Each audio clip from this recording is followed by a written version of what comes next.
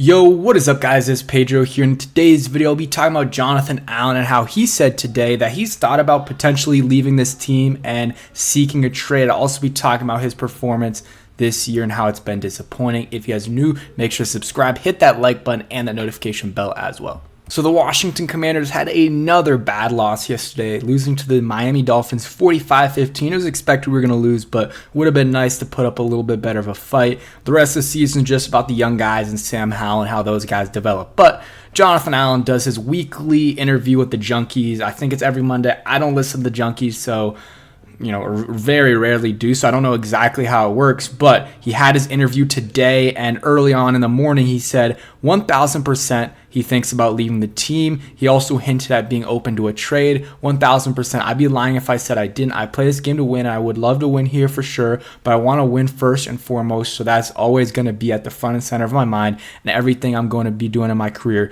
is going to be make sure I'll have an opportunity to win.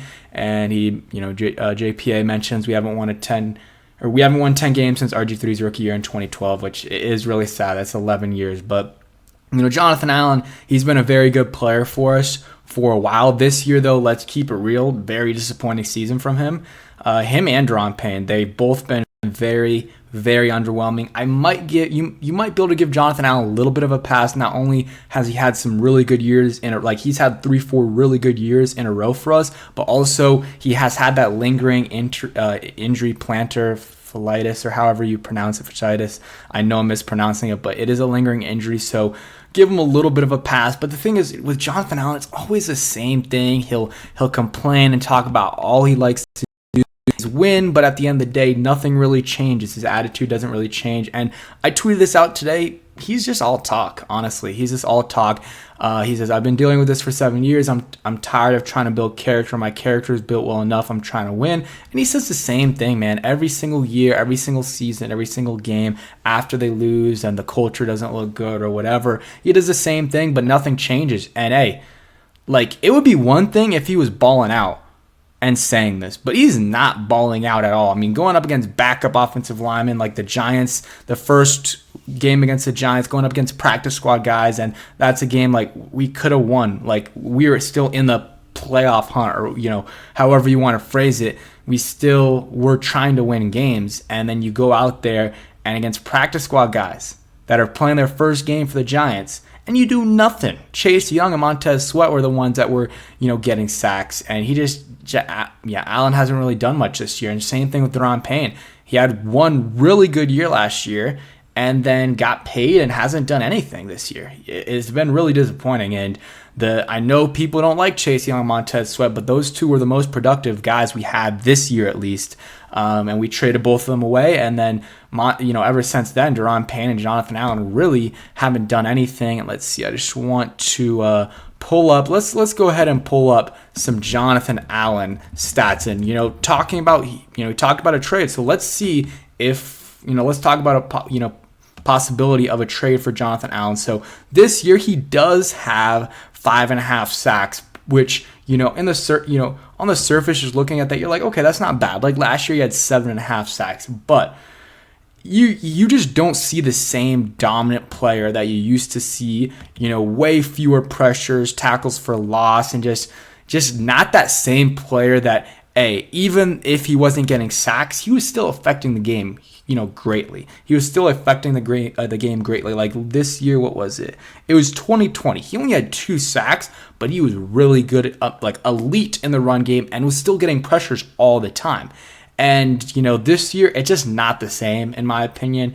It's, a lot worse than last year. I mean, his tackles for loss are down, but he'll still make, usually a big play or two a game, usually around one big play a game, but then, it'll be the whole rest of the game without doing nothing, versus in 2020, where he would probably at max get one big play a game, but he would be affecting almost every single play with, pressures or taking on a double team in the run game and, tackling the guy, whatever it was. He was doing it at a pretty high level in 2020. And then the sacks started coming. 2021 had 9 sacks. and was getting tackles for loss. And then 2022, getting sacks, even more tackles for loss. And this year and last year he also had 2 forced fumbles, probably the best year of his career, either that year or 2021. But this year, it's just been disappointing, and it's not just about the sacks, like I said, just way fewer game-changing plays consistently, I guess, getting pressures, getting to the quarterback.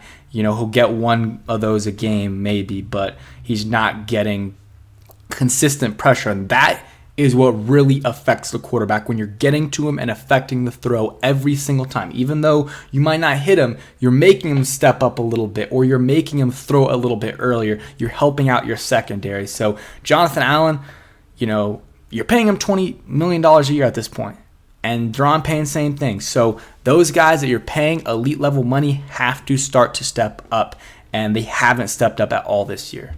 BetUS, America's favorite sports book, where you can bet on everything, anytime. Sportsbook, casino, horse racing, live betting, and more. We have the best bonuses in the industry. That's right, get a 125% sign-up bonus. And to celebrate our 30-year anniversary, we are giving up to 30 risk-free bets, a truck, Super Bowl tickets, and more. Don't miss out. Play smart. Join now. BetUS, where the game begins. And make sure you guys check out BetUS. Link in the description. You get 125% first-time deposit match if you use my link in the description. And they got a bunch of different sports you can bet on. And you got Iowa and Purdue tonight. You got a bunch of NBA games. And you got the Monday night game on ESPN, Bengals versus Jacksonville Jaguars. So make sure you guys check them out. And as usual, bet responsibly. All right, but back to it. So talking about a trade, I wouldn't be opposed to trading Jonathan Allen. I still think he can be a good player. I mean, he still is a good player in this league, but I still think he can be that Pro Bowl, maybe even All-Pro player he was last year. I mean, technically wasn't All-Pro, but was a really good player. I think he can still be that guy. We'll see. If next year it's another one of these years, then he can't be using the injury excuse. But I'll give him a little bit of a pass because that injury was reported before this season started. You don't know how serious it really is, but you still want to see your guy, your franchise guy, one of your franchise guys, play a little bit better.